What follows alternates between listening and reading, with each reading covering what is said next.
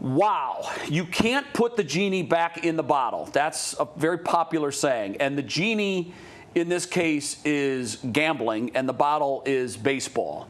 We have had here locally 2 pitchers caught up in gambling controversies. I'm not going to indict anybody or convict anybody yet, but they've been indicted, and we're finishing the investigations.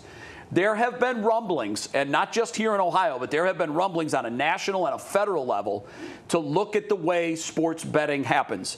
One of the things that's very easy to fix is next pitch betting, particularly when you're talking about the first pitch of an appearance.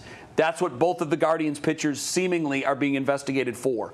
Governor Mike Dewine floated out there that he thinks prop bet ending in sports should be gone. That's a lofty task at this point because, as I said, they're all making billions on it now, not millions. They're making billions off of it now. There are a lot of different questions here, but one, do you agree with that notion? And two, can and will we ever see legislation like this where you're not able to bet on whether the next pitch is a ball or a strike? Not happening. The way our country works is there's a group of people called lobbyists, and those people will vehemently, behind scenes, on record, off the record, under no circumstances allow that to take place. At the end of the day, there are rules against, prop bets. It's called the Major League Handbook. And if you violate said rules of the Major League Handbook and you are implicated in that, you have to bear the consequences. If you know, it's the same reason we talk about different laws when it comes to firearms and different things. There are laws in the book, right? And if whether or not you choose to adhere to them. There is. So right now, there is nobody who's going to turn around, and I don't know no politician, I don't know no general managers, no owners, or Major League Baseball teams that give back money. Yeah. That is not a thing. They ain't giving back no money. Come on, Jason. Yeah, and Mike Dewine is speaking on this actually from a point of experience because he owns a minor league baseball team. Yep. A single A team. So he has a deep understanding of baseball, more so than a number of other governors would. I actually agree with Dewine on a couple of things when it comes to gambling. He wanted to propose to double the state gambling tax, which would have helped fund Brown Stadium. I thought that was the way to go, and he just couldn't gain support from either side of the aisle, actually, on that. Mm-hmm. And this is now his second attempt to get into the gambling world. I agree with him again on this. I think this is silly, but I also agree with G that it's never going to go away because it's revenue. It's revenue for the state. It's revenue for the gambling companies. And gambling lobbyists are very powerful, particularly in Ohio. Gambling in Ohio, it's one of the top money-making states in the country. And there's Nevada, obviously, New Jersey, obviously, with Atlantic City and Vegas. And then it's like Pennsylvania, Michigan, and Ohio are right there at the top. So I don't see this going away. I love his effort as a lame duck governor to just start throwing things against the wall and trying to make things happen.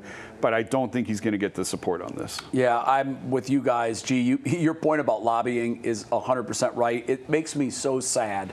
And here's why. If you ask 100 politicians what is the right thing to do, I don't know how any of them can say, well, prop bets is the right thing to do. Yeah. I mean, come on, it betters our society. It definitely cuts down on the number of people that are addicted to gambling. No, that's insane.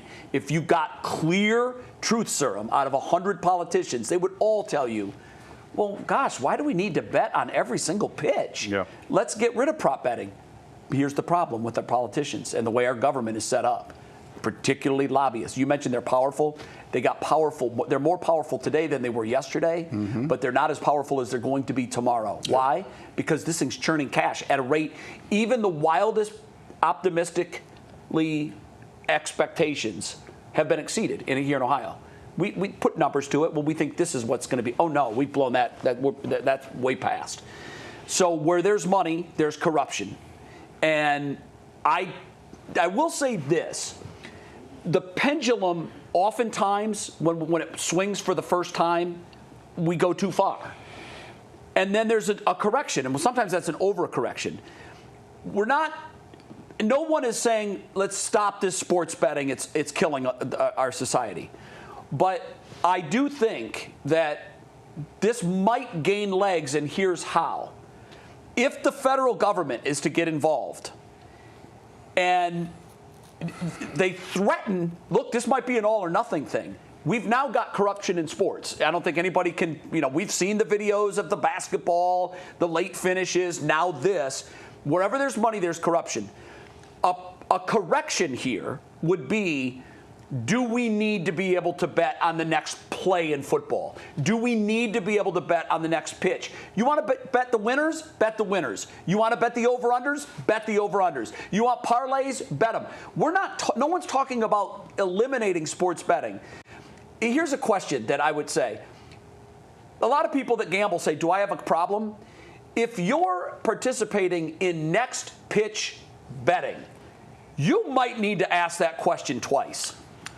You're trying to dig out of a hole if you're at that point. Also, you would have to, for the federal government to come in, there would have to be your senator, your favorite guy, sure, is going to have to stand up and say, hey, no, we don't want to do this. I don't know if that's going to be feasible given where we are today. I always say it like this, man. When that money gets to be as high as it is and you are a partner, because Major League Baseball and these leagues are partners. Don't make no mistake about it.